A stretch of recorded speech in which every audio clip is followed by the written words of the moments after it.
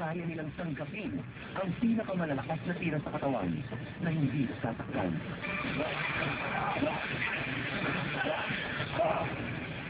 Itong pambihirang abilidad sa pakikipaglaban, nakuha nila matapos ang ilang taong pagsasanay sa lalaking ito.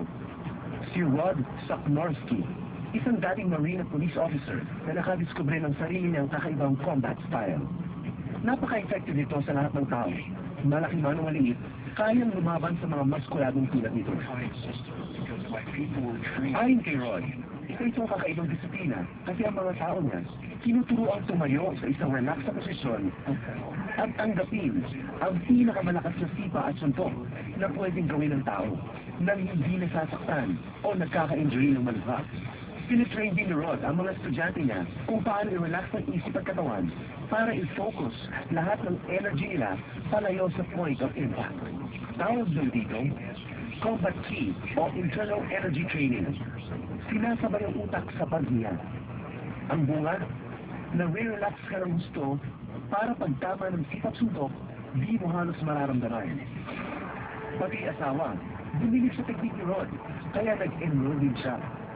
Very good. Good job.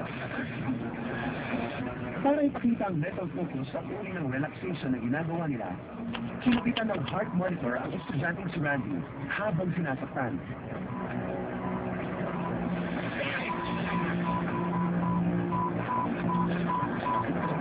Randy's going to go starting with about 110 to 120, and left to about 126. 115. Coming down. Minsan, dito maas ang tintig ng puso niya. Nananatiling normal at payapa. Patunay sa sinasabi ni Rod na siyang pinaka-importanting parte ng training niya.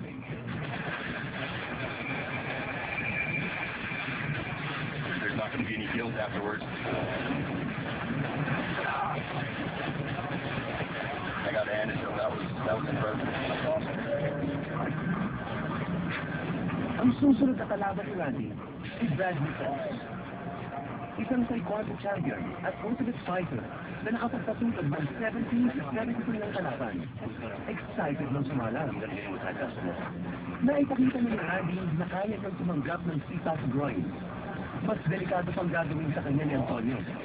Karate chop sa Adam's apple. Huminga muna kayo ng malalim.